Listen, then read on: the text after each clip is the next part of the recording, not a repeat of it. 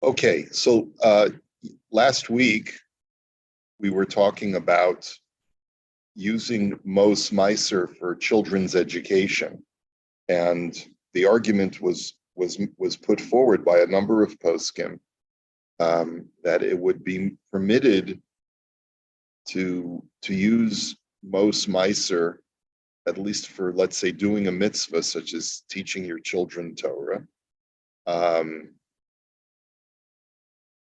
Rav Moshe has a tshuva about using Mos Meiser. No, so here. So if we go back, if we go back to the beginning of this chapter, the Sefer Hilchos Tzedakah had said you're not supposed to use your Mos Meiser for supporting your children's, let's say, just their basic sustenance if they're under the age of 6. Okay, right. So we had seen that before. And then when we were talking about okay,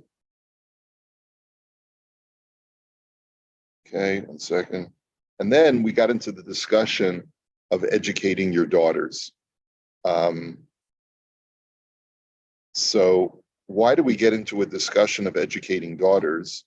So because if you look in halacha, hey, ein l'shalem mikaspei maaser et schar limud panav b'talmud Torah she'ikar limudam sham hu Torah shebichtav.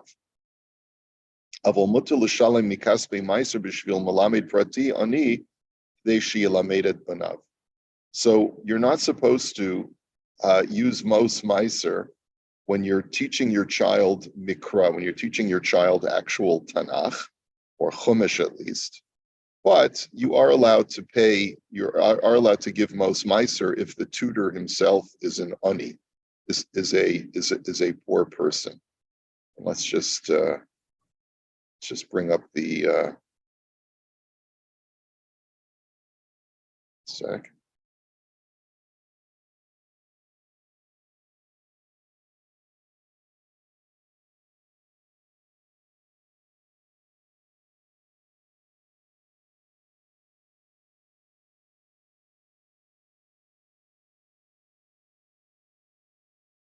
And then we had seen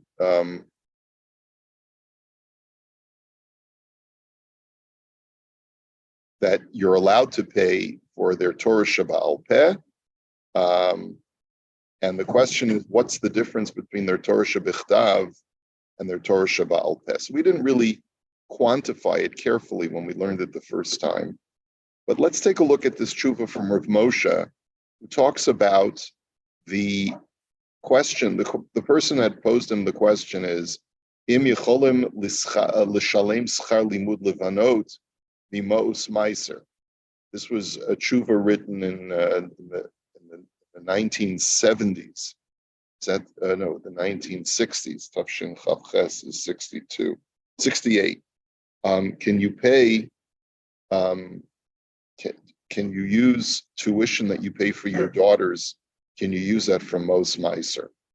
Okay. Hinei bedavari marshai l'shalim schar limud habanos bebeis sefer shenikra beis Yaakov mimos Meiser. So a guy is sending his daughter to Beis Yaakov. It's a significant tuition, and he wants to use his Meiser money. Bada yesh chiluk bein banim lebanos medina delimud mikra, achayiv ha'abed lamed lebanav af bischar.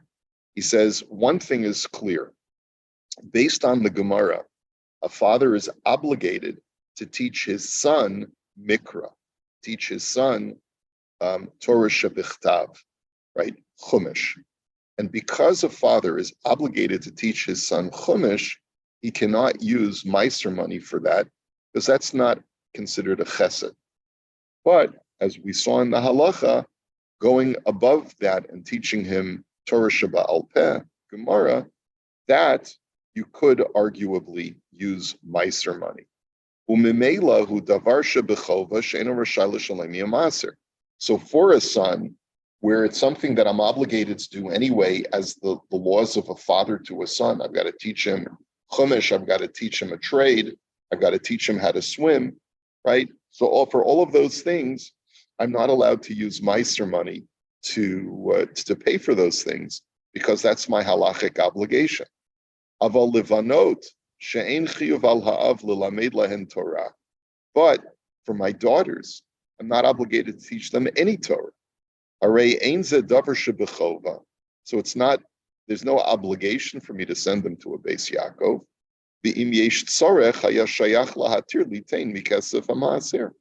And therefore, in cases of need, we could permit a father to pay his daughter's tuition, even for Torah education, from tzedakah money. Aval b'medina seinu kan shemechuyavim medina demalchusa lelamdem bevate sefer shelahem. He says, however, in our countries, where the Dina de Malchusa, the law of the land is that you have to educate your child in their public schools. With the Chazdei Hashem Yisbarach al Yisrael Ika Harashus Lalamdam Bevate Sefer Shetachas An Halas Yisrael Ksherim V'Yirei Hashem. He says, and look at his language. Through the Chesed of Hashem, right? Through the Chesed of Hashem, we have the opportunity today, we have permission today to teach our children in private schools that are under the tutelage of God-fearing people. Shenimtza she'im lo yiten bito lilmod b'vei sefer kosher kahad beis Yaakov v'chadama lischani sham b'derech haTorah ve'amuna shmiras hamitzvos. He says, so if a father were not to send his daughter to a Beis Yaakov to teach her how to, the way of the Torah, faith, and observance of mitzvahs,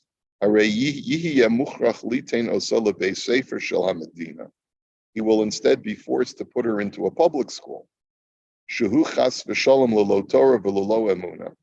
And there she will be devoid of Torah and faith.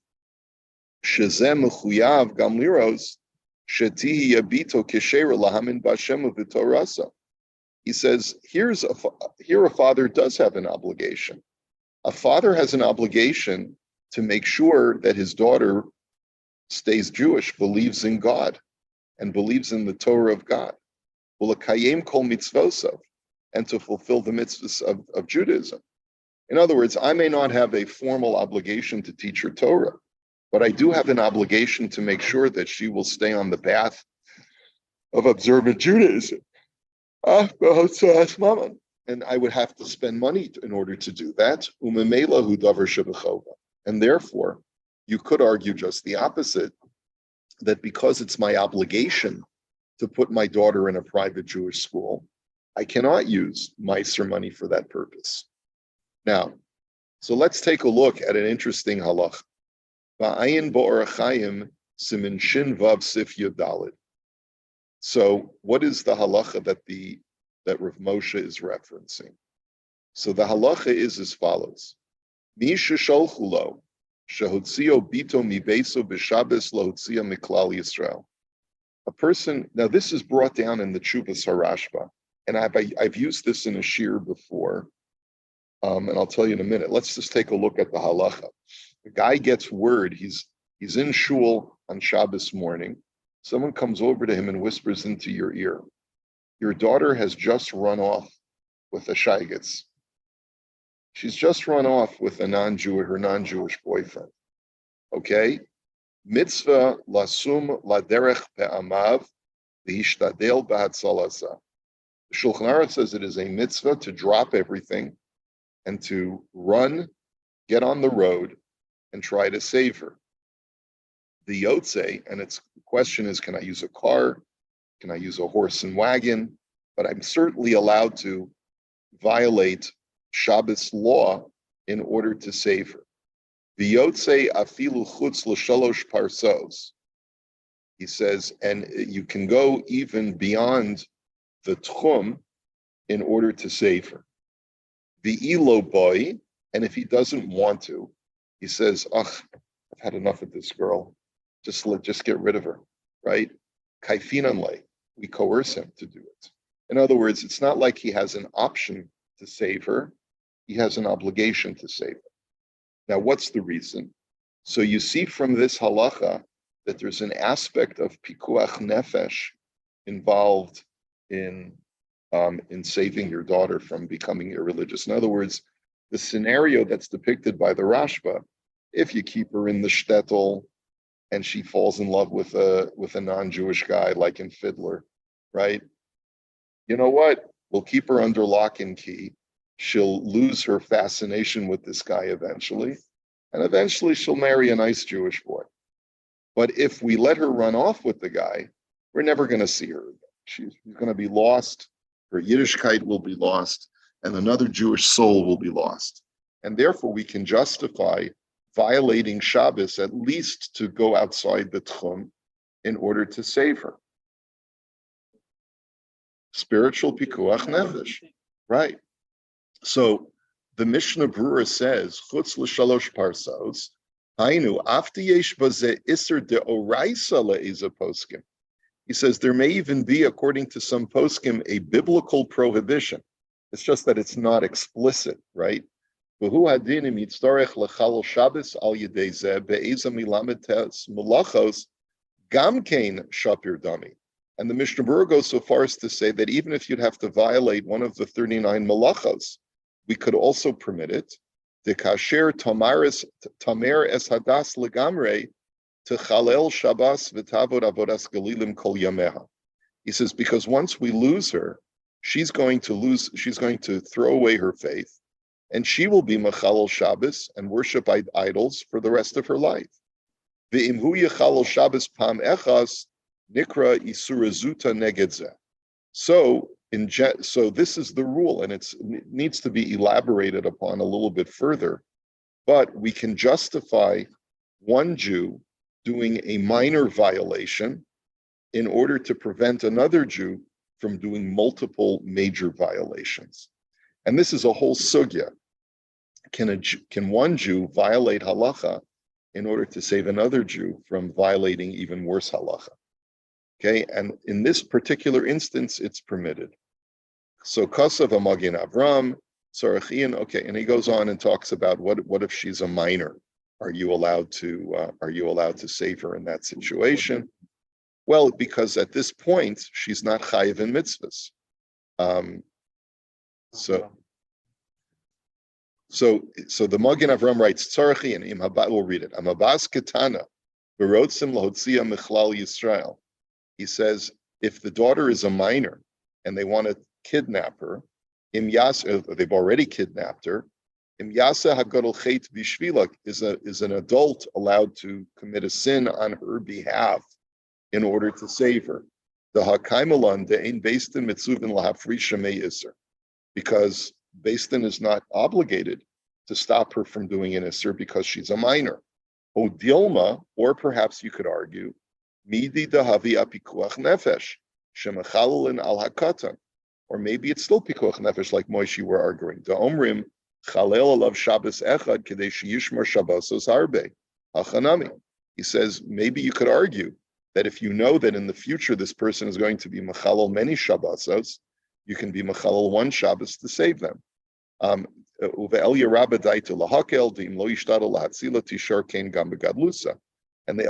argues that if you don't save her now, she's going to grow into adulthood and be lost to Yiddishkeit. And therefore you can be lenient. Okay. Now there's more to discuss in this. Rav Moshe is going to bring more about this in a minute. But before we get to this, I've been asked a number of times the question: can you have a goy at your seder? So I had a whole shir on it years ago, and this was the one of the cornerstones of the shir. This halacha is that if you feel that for any reason, the goy's presence at your seder may help save a Jew, such as, for example, let's say you have a young man or a young woman who's dating a non-Jew, and you want to be able to bring the Gentile, give them a good feeling about Judaism in the hopes that this will help the Jew. And obviously every situation is unique, right?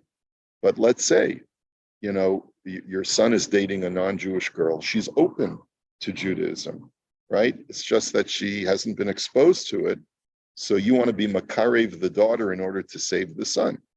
because he's pretty crazy about her. He's expressed his desire that he's going to marry her.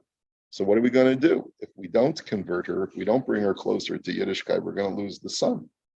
So therefore, that's really certainly a justification, even though there may be some minor aspect of Isser to have a goy at the Seder. So the truth is, there's no prohibition of Seder per se. Right? Some people think, because the Torah says that no one's allowed to participate in the Korban Pesach except the Yid, right? But we don't have a Korban Pesach today. So there's no reason not to have a goy at your Seder, except for a specific halacha of Shema Yarba Bishvilo. You're not supposed to entertain a Gentile at your Yom Tov table, lest you cook more for the Gentile, right? Which, by the way, it's ironic. Shabbos, there's more of a reason that you can certainly have a goy at your table because you're not going to cook. It's only a Yom Tov problem where you may end up, since you're cooking on Yom Tov for your guests, you may end up cooking more for the Gentile. You're only allowed to cook for a Jew on Yom Tov. You're not allowed to cook for a Gentile on Yom Tov.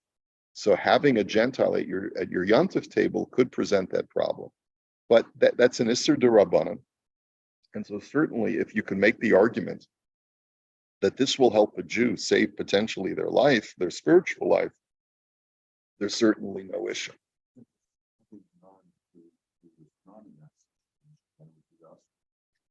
No, it wouldn't be absolutely usher, but you would have to rely on certain other heterim.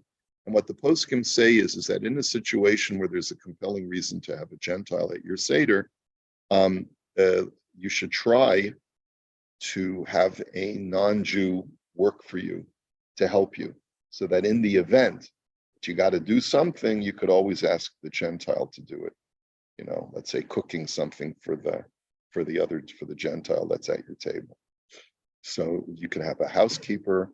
I think, if memory serves me, there are other ways to mitigate the problem, but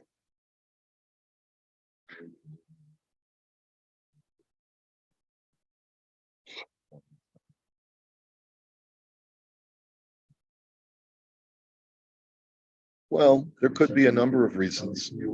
Yeah. Yeah, that could be. Let's say someone in your work is Jewish and they're married to a non-Jew. So you can invite both of them. You're trying to be Makarev, right? Yeah. Yeah, you should avoid having non-Mavushal wine. Well, why not? No, it's only symbolic. Yeah, they're allowed to have the. Yeah. Well, having lamb chops is a problem the night of the Seder. You're not supposed to have roasted meat. Yeah. Okay. Anyway, so let's get back to the tshuva of Rav Moshe. Let's see. Okay, so he quotes the Gemara in Orach Chaim. Shim lo ratza ha'av li'ishtadel b'hatzalas bito kishahotzia lahotzia michlal Yisrael kafinan lay. Notice in the Shulchan Aruch that if a father says, she's been nothing but trouble, this girl, she's a terrible embarrassment, let her go. I don't want to save her. But we say, no, we force the father to be Machal Shabbos in order to save her. Alma da'al ha'av ika chiyuv al zeh. So this is a prime example that there is an obligation imposed upon a father to make sure that his daughter grows up Jewish. Okay? So therefore, this is the argument to say that you cannot use your Meiser money for your daughter's tuition, Beis Yaakov tuition. Ba'af sheb'mishnah b'ra b'shar hatziyun kosav d'nokat bito mishum seifa di'ilo boi kafinan lo. He says, and the Mishnah Berurah cites, we didn't see this inside, that the reason the daughter is used as an example is because of the argument that if a father doesn't want to save her, we force him. Okay, kihu go ala ukrova. In other words, because he's the closest relative. So it's the closest relative who has this obligation. Mashma she'eno midin chiyav al ha'av, ela michiyav she'al kol adam ba'olam v'rak mishum shuhu karov mutal alav oso achiyuv atzmo bedin karov kodem.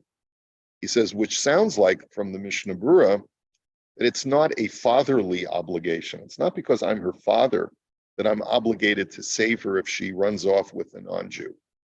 But every Jew is obligated to save her, but whoever's her closer relative, the obligation is placed upon him first.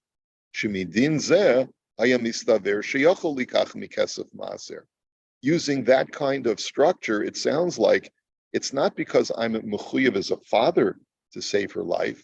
I'm mechuyev as a yid to do that which will help another yid. In which case, argues Rav Moshe, maybe you could use meiser money. Because if it's just a question of saving another Jew's life, and every Jew has that obligation, so the fact that I'm going to do it, I'm going to jump in and do it first, would allow me to use my meiser money because I'm sort of helping all of Klal Yisrael by doing this duty. So he says,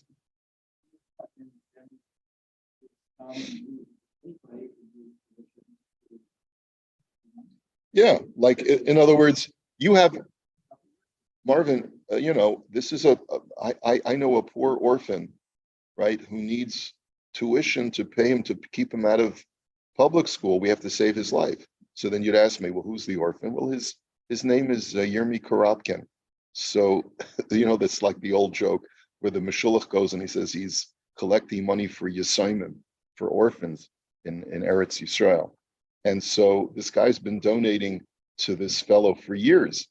He says, I have an orphanage where I support these children. So he says, I'm going to go visit the orphanage. And he looks at the receipt and he sees the address of the orphanage and he goes there and it's a private residence. Goes up to 3 flights of stairs, knocks on the door, and it's that yid. And he says, this is your home. Where's the orphanage? He says, this is the orphanage. See all my kids? He says, but these kids are not orphans. They have a father. He says, what? You want me to be dead also? Yeah. Right. In other words, right? So there's a seriousness to the humor. In other words, the argument is, of course, these are orphans. Every Jew has an obligation to educate my kids, right, to save them, right, from losing their Yiddishkeit, right? So aval tamua, he says, the problem I have with that is that chada the pasha the afshir Reish Lakish Isa benazir daf chavtes the lekachi of chinuch labas. So first, he's citing from a Gemara in Maseches Nazir. And there's a statement from Reish Lakish that there's no, the Gemara in Nazir talks about how a father can declare his son to be a Nazir. And the Gemara asks a simple question. Why can a father only declare his son to be a Nazir and not his daughter? So the Gemara clarifies that the reason why a father can make his son into a Nazir is because there's a mitzvah of chinuch. So why not your daughter? So Reish Lakish says it's because there's no mitzvah of chinuch for a daughter. There's no mitzvah to educate your daughter. He says, even though, he says, aval tamua, chada de pasha de afshila Reish Lakish isa benazir daf chavtes the lekachi of chinuch labas ein halacha came. He says, so maybe you'd like to argue that this is not a mitzvah of chinuch on a father, but rather it's pikuach nefesh of every yid to save another yid. He says, but even if you're going to use the Gemara in Nazir, you citing Reish Lakish that there's no mitzvah of chinuch for your daughter, but we don't paskin that way. Ela kedahaya pashat sham leGemara, the chayiv gam b'chinuch bito. He says the Gemara seems to assume it as a given that a father is obligated to educate his daughter, ad dehiksha ela l'Reish Lakish afilu bito, which is why the Gemara asked the question in the first place. Why, according to Reish Lakish, if the mitzvah is because of chinuch, then why can't a father declare his daughter a nazir? He says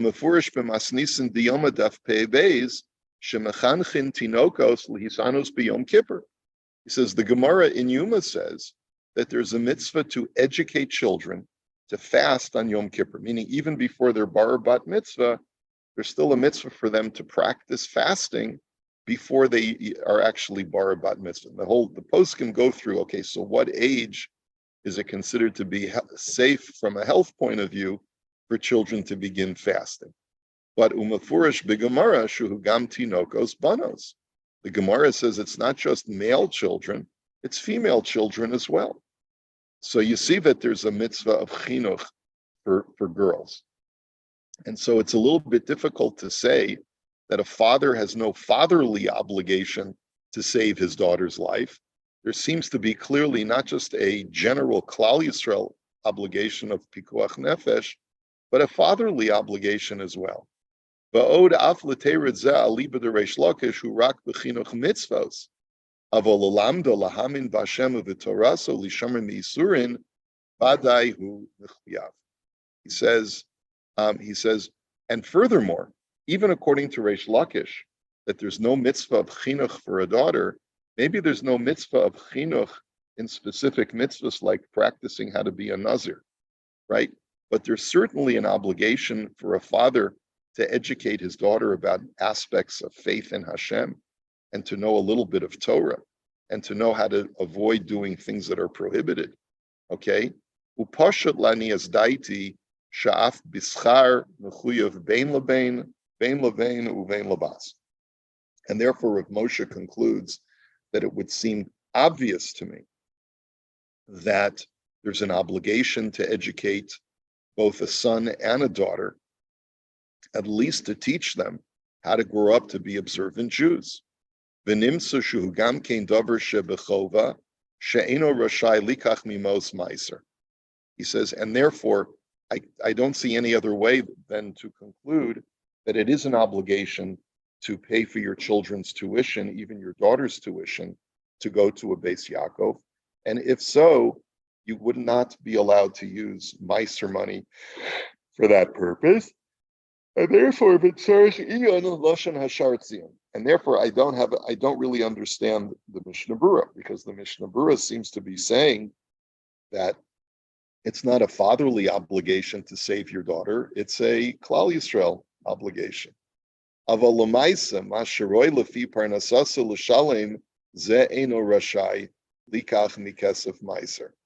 He says, whatever you can afford based upon your income, that you're not allowed, if you can afford the tuition, you're not allowed to take it out of your meiser money.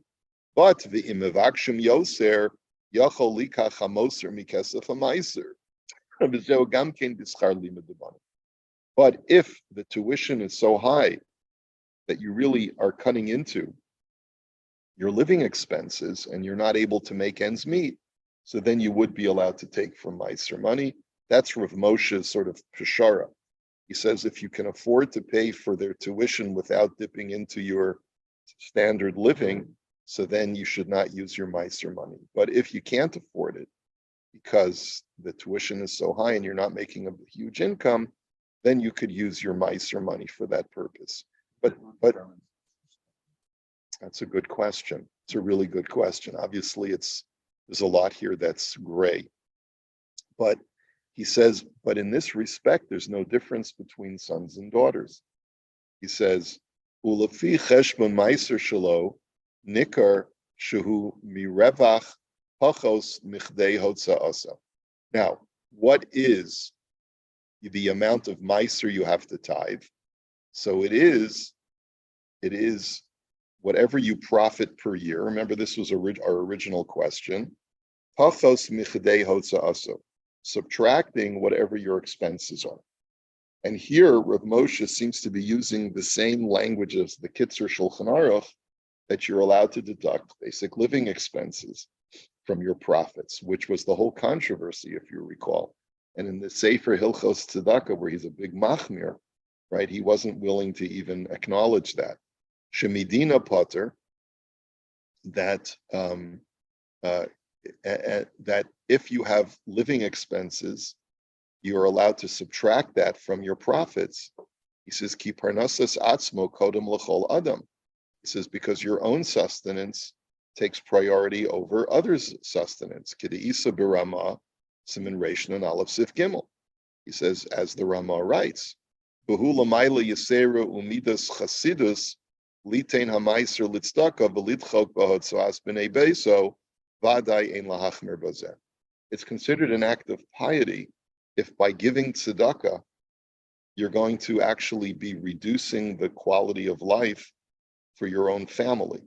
Let's say, in other words, you're used to having a certain kind of living standard, and you're going to have to move into a smaller apartment, or you're going to have to reduce the amount of or the quality of food that you feed your family in order to be able to give tzedakah from your 10%. He says that you're not obligated to do, and there's no reason to be machmir, and that's how Rav Moshe concludes the tshuva. Okay, all right, we're already over time. We'll have to hold it here.